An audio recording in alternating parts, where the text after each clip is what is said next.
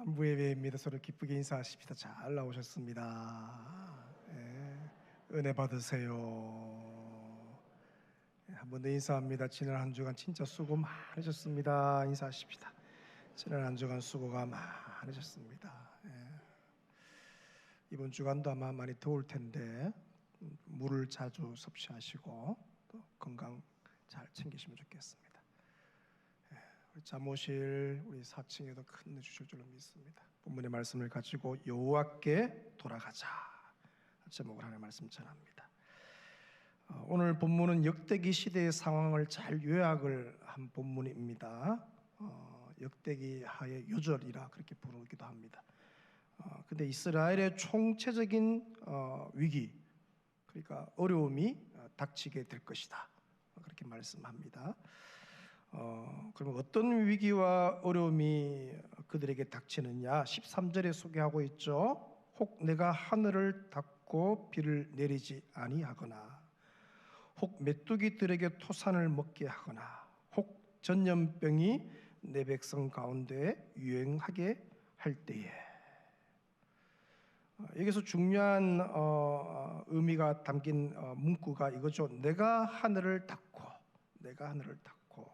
사실 굉장히 무서운 말입니다. 왜냐하면 하늘을 닫는다, 이 말은 어떤 개인에게 어려움이 닥치는 것을 뛰어넘는 것을 말해요. 이게 이제 공동체적인, 이제 또 국가적인, 확대해서 인류적으로 위기와 어려움이 닥치는 것을 의미하죠. 기근, 그리고 또 전쟁, 전염병의 재앙일 것이다, 그렇게 소개합니다. 이게 이제 개인을 포함해서 이런 어려움이 공동체적으로, 국가적으로, 인류적으로 닥치게 된다. 하나님이 그렇게 하실 거다, 그렇게 말하죠. 그럼 왜 하나님께서 하늘 문을 닫으시는가? 하나님은 하늘 문을 여시는 분 아니세요? 여셔서 비를 주시고 공급하시고 살리시는 분인데 왜 이렇게 하시는가?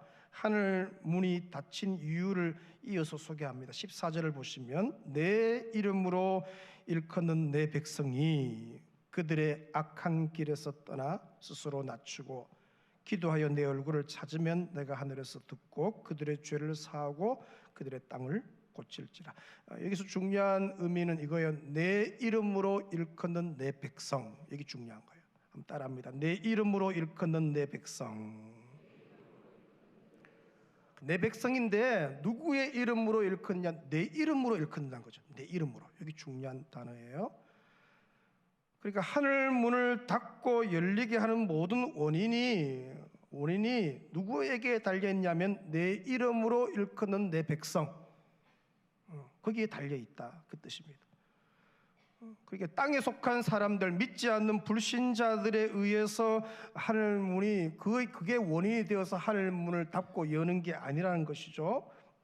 그들에 의해서 하나님이 역사의 흥망을 갖다가 좌우하는 게 아니다. 바로 하나님의 이름으로 일컫는 하나님의 백성들, 그들이 어떻게 사느냐의 문제예요. 어떻게 사느냐에 달린 문제이다. 그래서 하나님은 당신의 백성들, 자기 이름으로, 당신의 이름으로 일컫는 당신의 백성들의 행동, 특히 삶에 아주 관심이 많죠. 우리가 오늘 주일날 이제 예배합니다. 예배 드리고 이렇게 하나님을 경배하는 거, 이게 아주 귀하죠. 근데 하나님은 그것도 귀히 보시는데, 이제 여러분들이 예배 드리고 딱 나가서 한 주간의 삶을 하나님이 추적하세요. 가정에서, 일터에서, 공동체에서 어떤 구별된 삶을 살고 있느냐, 이걸 추적해 나가시죠. 그때 여러분은 어떤 생각을 하고, 어떤 태도, 어떤 동기, 어떤 말을 하고, 어떤 자세, 마음으로 그 일들을 이루어가는지를 추적하셔요. 삶이죠, 삶. 하나님은 우리의 삶에 되게 관심이 많습니다. 세상 사람들이 뭐 죄를 짓고 불순종하며 마음대로 사는 거, 그거 당연하죠. 땅에 속해 있으니까. 땅은 뭡니까? 육신의 정욕, 이생의 자랑, 안목의 정욕대로 사는 게 땅의 사람들 아니에요? 당연한 거예요. 그러나 하나님의 백성, 하나님의 이름으로 일컫는 하나님의 백성이 불순종하며 죄를 범하는 것에 대해서는 하나님이 매우 민감하게 반응하십니다. 그냥 넘어가시지 않죠. 왜냐하면 내 이름으로 일컫는 내 백성, 그러니까 우리의, 저와 여러분의 백성에는 그 안에 하나님의 이름이 붙어 있죠. 우리는 우리만의 문제가 아니에요. 하나님의 이름이 붙어 있는 우리예요. 성경에 보니까 하나님의 이름 곧 명예를 땅에 떨어뜨리는 거 하나님이 용서하지 않죠. 용납하지 않죠. 차라리 뭡니까? 여호와의 이름을 떼버리고 살든지, 그러면 문제하잖아. 뭐 이름이 없으니까, 그 명예가 실추되지 않으니까. 여호와의 백성이라면, 그분의 이름으로 일컫는 백성이라면 그 이름에 합당한 삶을 살아내기를 원하시죠. 그러니까 신자, 하나님의 백성, 이 신자라는 이름이 붙으면 하나님은 그 백성들이 어떻게 사는가에 관심이 상당히 많습니다. 어떻게 사는가. 신자가 된다, 이 믿음을 가졌다는 것은 굉장한 특권입니다. 엄청난 특권이죠. 동시에 굉장히 무거운 책임, 시대적 책임, 공동적인 책임도 포함되어 있죠. 왜냐하면 이게 이제 우리가 유리하면 뭐 하나님의 이름을 붙였다가 불리하면 뭐 떼버리는 그게 아니잖아요. 창세기 12장에 보니까 하나님은 믿음의 조상 아브라함에게 너로 말미암아 모든 족속이 복을 얻을 것이다, 그죠? 복의 통로로 쓰시죠. 그러니까 하나님은 복을 흘려보낼 때, 복을 이웃에게 또 이렇게 세상에 보낼 때 반드시 뭡니까? 그 백성들을 하나님의 이름으로 일컫는 백성들을 통로로 사용하시죠. 여러분, 가정이 또 마찬가지죠. 믿음을 받은 어떤 한 사람을 통해서 그 가정, 그 가문에 하나님의 복이 흘러가는 거죠. 한 사람. 마찬가지로 뭡니까? 하나님의 이름으로 일컫는 우리를 통해서 하나님의 복이, 특별히 우리에 속한 공동체, 여러분이 일하는 회사, 그죠? 이웃들, 거기 커뮤니티, 그 모임들, 거기에서 그 복이 흘러가는 것이죠. 그러므로 집안의 운명이나 공동체의 운명, 역사의 운명이 사실 저와 여러분의 삶과 깊이 연관이 있습니다. 내가 뭐 한 주간 사는 거하고 뭐 그게 연관이 아닙니다. 하나님 그걸 되게 보세요. 그걸 보시고 뭘 일하세요. 그런데 그 하나님의 백성이 죄에 빠져 있다면 하나님이 통로로, 축복의 통로로 쓰시기를 원하는데 그렇지 않고 죄에 빠져 있다면 누가 복을 받을 수 있는가? 그렇죠? 쓸 수가 없잖아요. 오히려 그 백성의 죄로 인해 하늘이 닫히고 땅은 기근과 전쟁과 전염병으로 저주 속에 있게 되는 것이죠. 그러니까 사실 그의 백성들의 죄로 인하여서 고통받는 사람들이 되게 많습니다.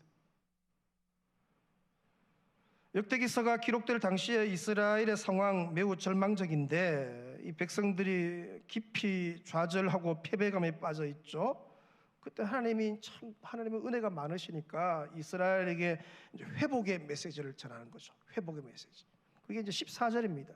다시 한번 보시면, 내 이름으로 일컫는 내 백성이 그들의 악한 길에서 떠나 스스로 낮추고 기도하여 내 얼굴을 찾으면 내가 하늘에서 듣고 그들의 죄를 사하고 그들의 땅을 고칠지라. 여기 보니까 내 백성이 돌이키면, 따라하면 돌이키면 닫힌 문이 열릴 것이고, 아멘, 그 땅을 고칠 것이다.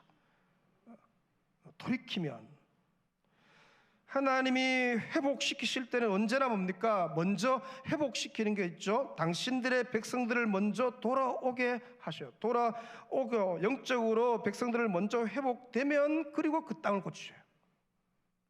순서가 있죠. 그럼 회복은 무엇으로 가능하냐? 회복의 방식이 뭐냐? 여러분, 성경에 보시면 이거는 공식입니다. 회복의 방식은 항상 뭡니까? 회개입니다. 따라합니다. 회개. 예. 여기도 마찬가지죠. 악한 길에서 떠나 스스로 낮추고 기도하여 내 얼굴을 찾으면, 그러니까 회개하면, 돌아오면, 그 다음 조건이죠. 내가 하늘에서 듣고 그들의 죄를 사하고 그들의 땅을 고칠지라. 관건이 뭐냐? 돌이키는 거예요. 돌아오는 거예요. 여러분, 죄를 지어서 망하는 게 아니죠. 우리는 다 죄인이죠. 의인은 없잖아요. 다 죄인인데 죄를 지어서 망하는 게 아니에요. 회개하지 않아서 망하는 것이죠. 그러니까 하나님은 죄 때문에 심판하는 게 아니에요. 회개하지 않기 때문에 심판하는 거예요. 하나님은 언제나 우리에게 기회를 열어 놓으시죠. 돌이키기만 하면, 돌아만 오면 어떻게요? 회복시킬 것이다. 그렇게 말씀해요. 자, 그런데 문제가 뭐냐? 이 돌이키는 게 쉽지 않다는 거예요. 돌이키는 게. 본문에 보니까 악한 길, 그죠? 악한 길, 자막을 보니까 이런 의미입니다. 오랫동안 죄 속에 익숙해져 있는 삶. 악한 길이에요. 거기서 떠나야 되거든요. 익숙해져 있는 데서 떠난다는 게 여러분 되게 어렵잖아요. 길이 하루아침에 만들어지는 게 아니죠. 오솔길도 뭐 오랜 시간 동안 만들어지는 것처럼 죄도 마찬가지요. 세월을 두고 익숙해지면서 어떻게요? 악한 길에 들어서는 거예요. 때로는 자기도 그 죄의 길에 들어선지도 모를 만큼. 그러니까 문제가 뭐냐? 이 죄에 대한 둔감함. 죄에 대해서 되게 둔감해지죠. 죄를 심각하게 여기지도 않고 죄에 대해서 민감함이 없어져 버리는 거. 이게 이제 가장 큰 위기예요. 죄에 둔감해지면 죄 인식이죠. 죄 인식이 없게 되는데, 그렇게 죄를 죄로 여겨야 뭐 회개를 할 거 아니에요. 이 죄구나 깨달아져야 회개하고, 뭐 산부예배 오면서 저 문을 들어서면서 펑펑펑 울죠. 이미 벌써 뭐. 근데 죄 속에 오래 있다 보니까 이게 무감각해지는 거예요. 무감각함. 진짜 무서운 건 뭐예요, 여러분? 익숙해지는 거, 익숙해지는 거. 다른 건 몰라도 죄에 익숙해지면 죄에 둔감하게 되고, 특별히 죄에 대담해지죠. 간이 붙는 거예요, 쉽게 말해. 처음에는 죄 때문에 벌벌 떨죠. 그죠? 싹싹 빌죠. 여러분, 회개 뭐 별것 아닌 것도 얼마나 싹싹 빌면 다시는 하나님 안 그러겠다고 와서 눈물 콧물 흘리면서, 때로는 금식하면서 떼굴떼굴 구르면서 그 회개를, 죄를 토해내잖아요. 근데 이게 이제 어떻게 자꾸 범하고 반복되면 어떻게요? 이제 대담해지죠. 뻔뻔스럽게 고개 들고 하나님께 나와요. 예전에는 고개도 못 들죠. 감히 기도하러 세리처럼 얼굴도 못 들고 구석에 가서 뭡니까? 죄의 민감성이 있으니까. 죄가 이제 둔감해지면 뭡니까? 하나님 앞에 나올 때 그렇게 하지 않아요. 그렇게 통회하지 않아요. 가슴 안 치죠. 다윗의 바세바 사건만 봐도 그렇죠. 처음에는 별것 아닌 것 같이 시작하지만 나중에는요 점점 대담해지죠. 여러분, 그 지은 죄를 덮으려고 그렇게 귀하게 쓰임받던 다윗이에요. 사람까지 죽이잖아요. 그것도 오만 머리 수당 방법 다 일부러 그 죄 적진에다가 우리의 남편을 집어넣어 버리죠. 죽이려고 집어넣은 거 아니에요. 죄를 죄로 못 느끼는 것. 죄가 굉장한 스피드가 있습니다. 죄가 얼마나, 아마 100m 경주하면 제가 제일 빨리 달릴 거예요. 얼마나 빨리 가는지. 그래서 우리가 죄에 대해서 이 민감성이 떨어지기 시작하면 우리 안에 있는 죄성이 있잖아요. 죄성. 우리가 육체를 갖고 있는 죄성이 있는데 이 죄성이요 기다렸다는 듯이 이제 죄를 짓는 거예요. 이거 목사도 교회 중직자도 오래 다 관계 없어요. 이 죄성이란 게요. 이 죄에 대해서 우리가 민감성이 떨어지면요 똑같이 죄했습니다. 더 땅에 속한 사람은 더 악하게 죄를 지어요. 오늘날 우리에게 이 죄와 싸우는 기능이죠. 이 기능이 이제 점점 약해지는 것을 우리가 보게 되는데, 죄 의식이 별로 없고 또 죄에 대해서 이야기도 안 해요. 심지어 교회에서도, 이 강단에서도 죄에 대한 지적이나 책망이 약해져 가는 거죠. 하나님의 사랑만 이야기하면 되지 사람들을 죄책감에 빠지게 하고 불안함에 시달리게 할 필요가 있느냐, 그거 아니에요. 자, 그런데 여러분 성경을 보시면 전혀 다릅니다. 다르게 이야기해요. 성경은 끊임없이 죄에 대해서 이야기하고 모든 문제의 근원이 어디 있느냐? 죄다라고 말해요. 창세기 3장에서 출발한 그 죄의 근원, 그죠? 인류를 타락하게 만들고 개인의 삶과 가정과 우리의 인생 전체를 망가뜨린 그 죄의 문제를 성경은요 집요하게 추적해요. 끝까지 추적해요. 그냥 두지 않아요. 우리의 삶을 파괴하는 근본적인 원인은 다른 게 아니에요. 바로 죄예요. 죄. 거기서 이제 문제가 다 시작되는 거예요. 그래서 죄를 갖다 근원적이다 그렇게 따릅니다. 근원적.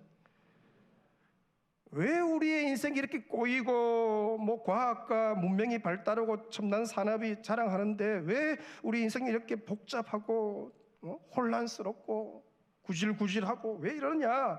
사람들은 뭐 그걸 이제 원인을 파악하기 위해서 뭐 사회학적, 심리학적, 경제학적인 그래서 이 문제를 해결하려고 애를 쓰지만 아닙니다, 여러분. 성경에서 답을 찾지 않으면 인간의 근원적인 이 문제를 해결할 수가 없어요. 이 죄가 얼마나 치명적인 결과를 가져오는지 세상은 잘 몰라요. 죄는 우리 생각보다 훨씬 더 치명적이고 파괴적인 결과를 가져오죠. 여러분, 수원지, 그 맑은 수원지가 이 상류인데 그 상류가 이미 오염되어 있다고 생각해 보세요. 다른 거 뭐 지류에서요 좀 이렇게 깨끗하게 하고 뭐 청소하고 해서 될 문제가 아니에요. 근본적인 문제를 터치하지 않으면 뭡니까? 이걸 회개하자면 이걸 갖다가 개혁하지 않으면 안 되는 거예요. 하나님은 당신의 백성들이 죄에 대해서 어떤 태도를 가지며 돌이키느냐를 보시죠. 그것에 따라서 하늘 문이 열리고 닫히는 계폐가 결정되고 역사, 모든 일들의 역사가 결정이 된다고 말씀하시는 거예요. 그래서 우리는 가정에서, 공동체에서, 동네에서, 일터에서, 여러분 회사에서, 사회에서 그리스도인의 삶, 역할을 묻는 거예요. 얼마나 그게 중요한지. 그게 우리가 여러분들이 일주일 동안 이래 살아내는 그 삶이 매우 중요합니다. 어떻게 사느냐. 한국의 근대사를 보시면 이 기독교의 영향력이 절대적이죠. 인원, 이 크리스천 숫자는 소수자예요. 몇 퍼센트 안 되잖아요. 근데 엄청난 한국 근대사에 영향력을 끼쳤죠. 특히 한국의 이제 경제 성장을 통하여서 선교적 기여를 많이 했고요. 특별히 선한 영향력, 이 단어가 사실 기독교에서 나온 용어죠. 선한 영향력.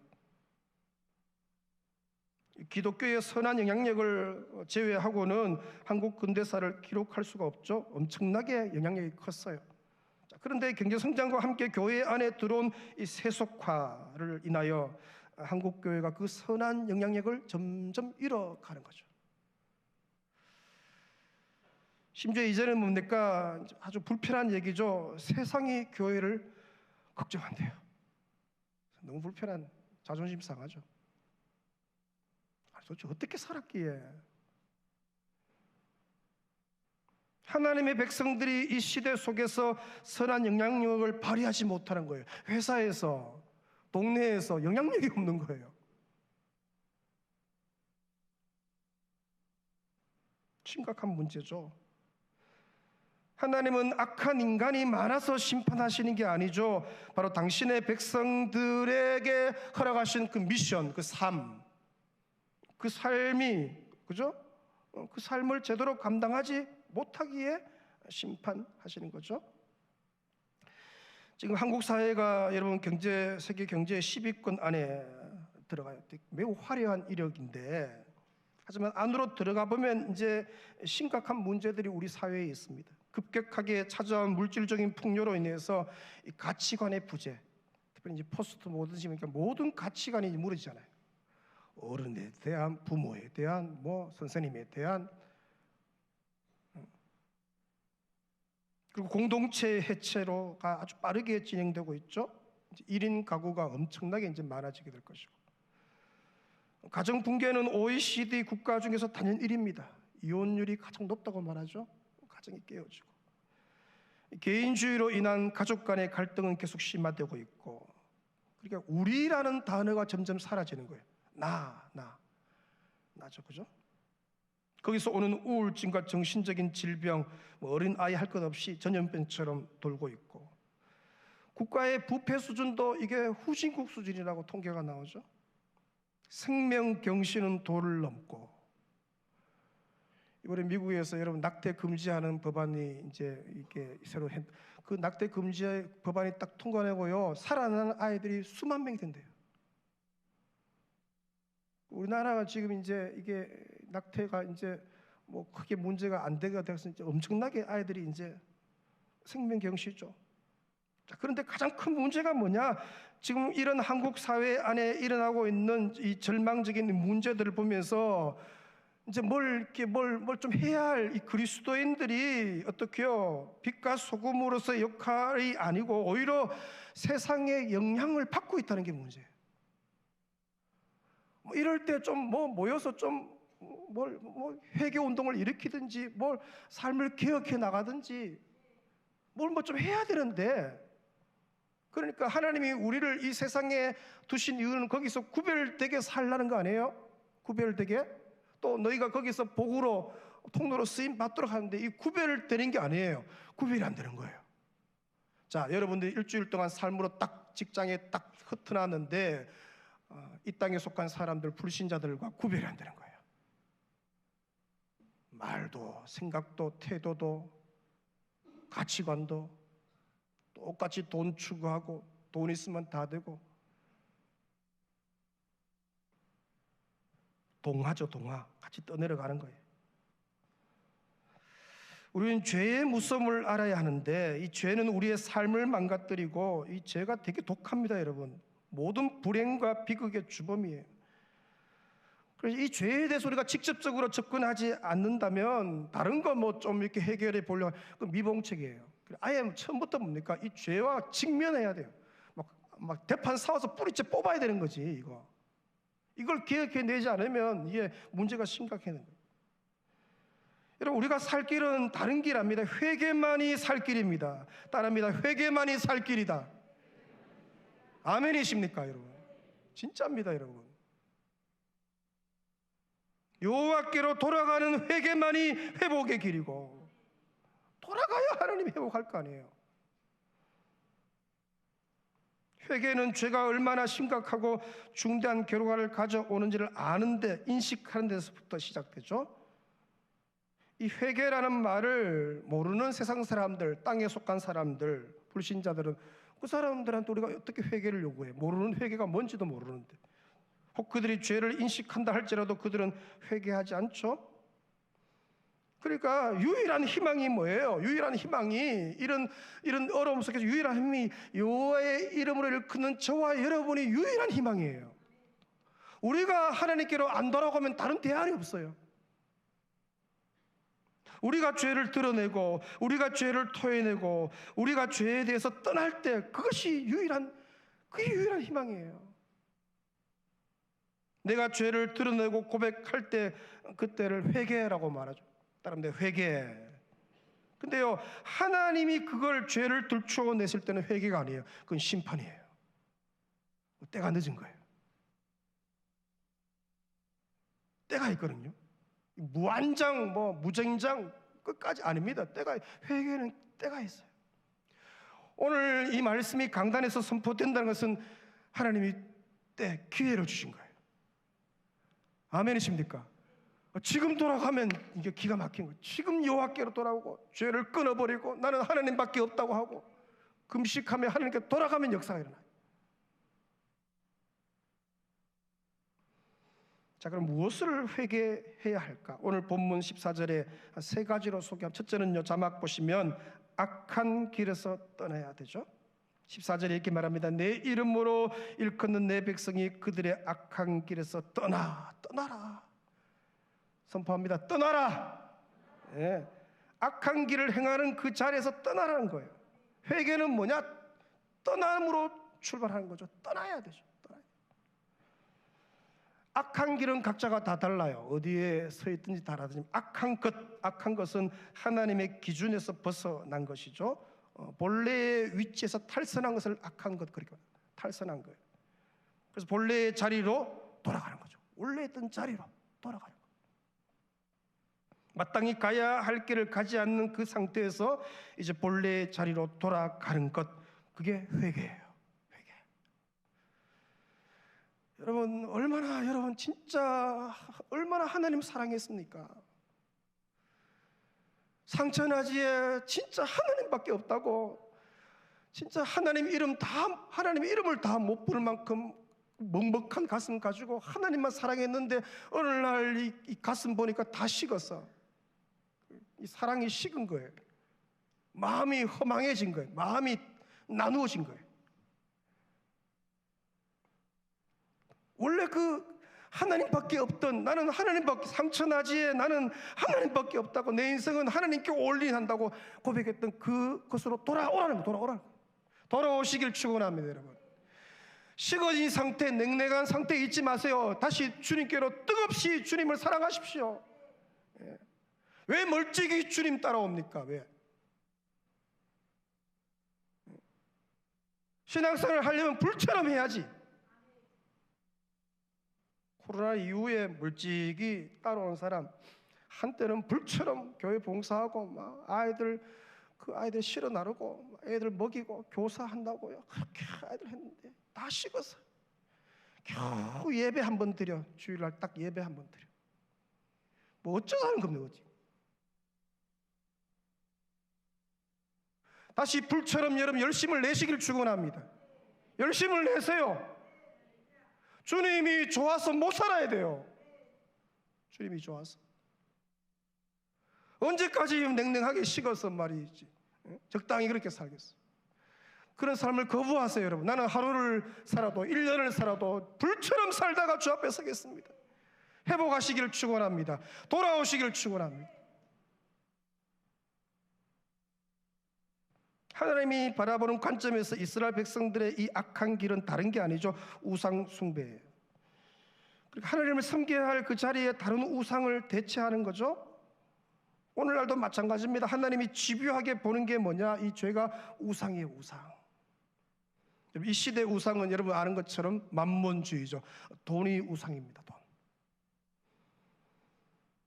돈의 유혹 앞에, 돈의 탐심으로부터 자유로울 수 있는 사람이 쉽지가 않죠. 우리도요, 하나님을 섬기는 것 같지만 자세히 안에 여러분 진짜 냉철하게 들어가 보면요, 야, 하나님하고 겸해서 돈을 같이 섬겨요. 그게 혼합주의 아닙니까? 그래서 성경은 주님이 직접 말씀해서 하나님과 재물을 겸하여 섬길 수 있다 없다? 없다고 말해요. 이런 물질주의 우상 앞에 무릎을 우리가 꿇게 될 때 함께 찾아오는 또 다른 우상이 있는데 그게 바로 쾌락이라는 우상. 쾌락. 돈 좀 있고요, 조금 여유가 생기면요, 거기에 드는 게 쾌락을 추구합니다. 쾌락을. 엄청난 쾌락. 그러면 이제 마약부터 시작해서 쾌락을 이제 하는 게 여러 가지가 이제 오기 시작하죠. 이 쾌락주의는요, 성적인 방종으로 이어지게 되죠. 우리 시대의 이 성적 방종이 얼마나 심각한지. 쾌락주의로 인한 성적 방종과 함께 이 도덕적인 부패가 찾아오기 시작하면 그 사회는 말할 수 없는 타락으로 가게 되는 거예요. 그 사회 전체가 뭡니까? 엄청난 사건과 사고가 발생하죠. 하나님은 하나님의 이름으로 일컫는 그 백성들에게 그 악한 길에서 떠나라. 여러분, 떠나시기를 축원합니다. 악한 길에서 떠나셔야 돼요. 나오라. 둘째는 자막을 보시면 스스로 낮추어야 한다. 이 14절에 스스로 낮추고 이 겸비함이죠. 하나님이 제일 싫어하는 게 뭐냐? 이 교만인데 하나님은 교만한 자를 그냥 두지 않죠. 아주 교만에 대해서는 매우 가혹하게 다루십니다. 왜냐하면 마음이 높아진 그 교만의 자리에는 하나님이 계시지 않게. 교만과 하나님은 어떻게 같이 계실 수 없어요. 교만하면 하나님 버린 거예요. 교만이 되게 무서운 거예요. 하나님의 자리에 자신을 올려놓아서 하나님보다 자신을 더 중요하게 여기는 거, 그게 자기가 우상이 되는 거예요. 자기를 섬기는 거예요. 그 교만의 상태에서는 회개가 있을 수가 없죠. 교만은 하나님이 아니라 자신을 신뢰하고 자기 힘과 자기가 가진 것을 믿는 거죠. 그래서 성경이 말하기에 교만은 선봉인데, 뭐의 선봉이요? 패망의 선봉이에요. 오늘날 물질적 풍요에서 온 죄가 바로 이 교만인데, 하나님은 그 교만을 용납하지 않죠. 그래서 그 자리에서 낮추어 스스로 낮추라. 여러분, 저와 여러분은 상처나지에 오직 우리 주 예수밖에 없습니다. 주 외에 다른 것은 없습니다. 그 고백, 겸손한 고백, 그 고백을 여러분 주께 올려드리시기를 축원합니다. 셋째, 자막같이 읽습니다. 하나님의 얼굴을 찾으라고 하십니다. 하나님께로 돌아가는 거예요. 사실 우리가 삶이 너무 분주합니다. 바쁜 것 자체가 나쁘지는 않죠. 바쁘게 살아야 돼요. 분주하게 살아야 돼요. 근데 왜 분주한가, 왜 바쁜가, 이걸 이제 질문해 봐야 되죠. 혹시 내 탐심과 탐욕 때문에 바쁜 것이지 않은지, 바쁜 그 이유가 육신의 정욕과 이성의 자랑과 안목의 정욕 때문에 바쁜 게 아닌지, 왜 이 분주한 삶, 바쁜 삶의 문제가 뭐냐 하면 그럴 때는 틀림없이요, 하나님이 안중에 없을 때 바쁠 경우가 되게 많습니다. 타락의 출발점이죠. 우리의 마음이 온전히 하나님께 초점 맞추지 않으면 금세 곁길로 빠지게 됩니다. 하나님을 향한 식은 마음과 미온적 신앙생활은 이미 영적인 탈선을 시도하는 거예요. 요즘 이제 그리스도인들을 일컬어서 명목상의 그리스도인, 이름뿐인 그리스도인, 그렇게 말합니다. 그러니까 주여 주여, 입술로는 주여 주여 하는데 실제로 그 마음이 여호와께서 떠난, 다른 말로 더 정확하게 뭡니까? 마음이 뭡니까? 이제 나누어진 거예요. 하나님도 섬기지만 다른 것을 이제 우상으로 섬기는 거예요. 그러니까 죄는 하나님에 대해서 관심이 멀어지게 만듭니다. 하나님을 사랑하는 마음을 죄는 갉아먹는 거예요. 이걸 갖다가 사라지게 만들어요. 안개처럼 사라지게 만들어요. 그래서 성도 여러분, 회개는 타이밍이 참 중요하죠. 타이밍이. 오늘 지금 이 시간 회개하기 아주 좋은 타이밍입니다. 아멘. 오늘 주님이 친히 오셔서 이 말씀을 하시잖아요. 회개해야 할 때를 놓치면 늦죠. 회개가 너무 늦어지면 회개할 수도 없어요. 오늘 이 시간 우리 주님은 저와 여러분이 하나님께로 돌아오기를 원하십니다. 오기만 하면, 아멘, 모든, 그죠?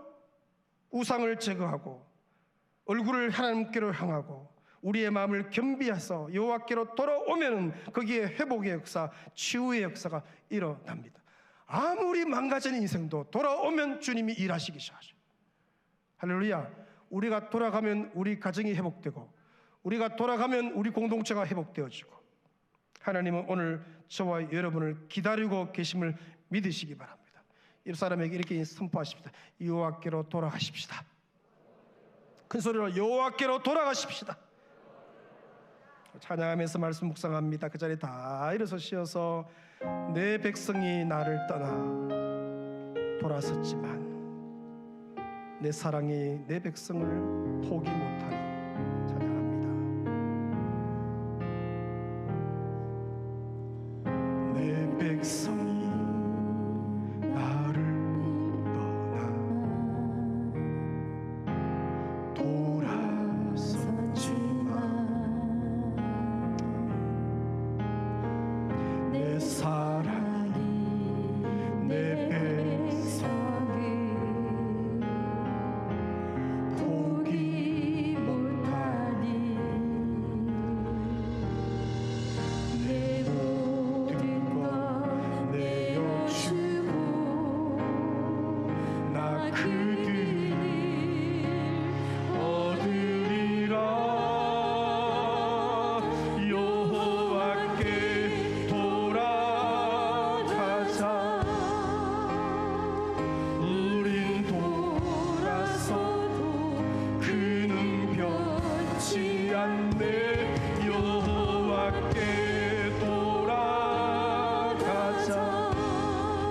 우린 넘어져도 그 사랑 영원한. 소리 높여 찬양하십시오. 내 백성이 나를 떠나 돌아섰지만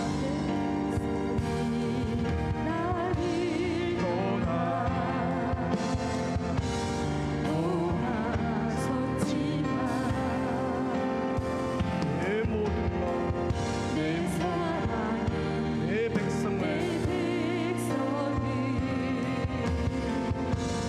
포기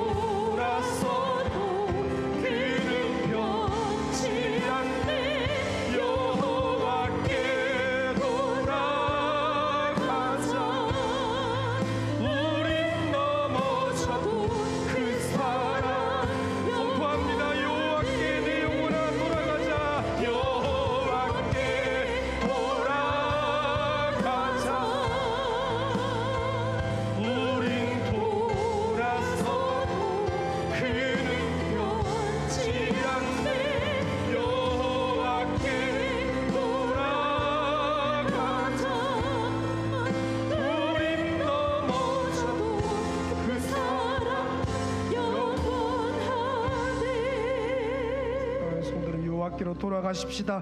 믿음의 손을 높이 들고 여호와 이름을 한번 부르시고 합심하여 기도합니다. 주여, 하나님 여호와께로 돌아갑니다.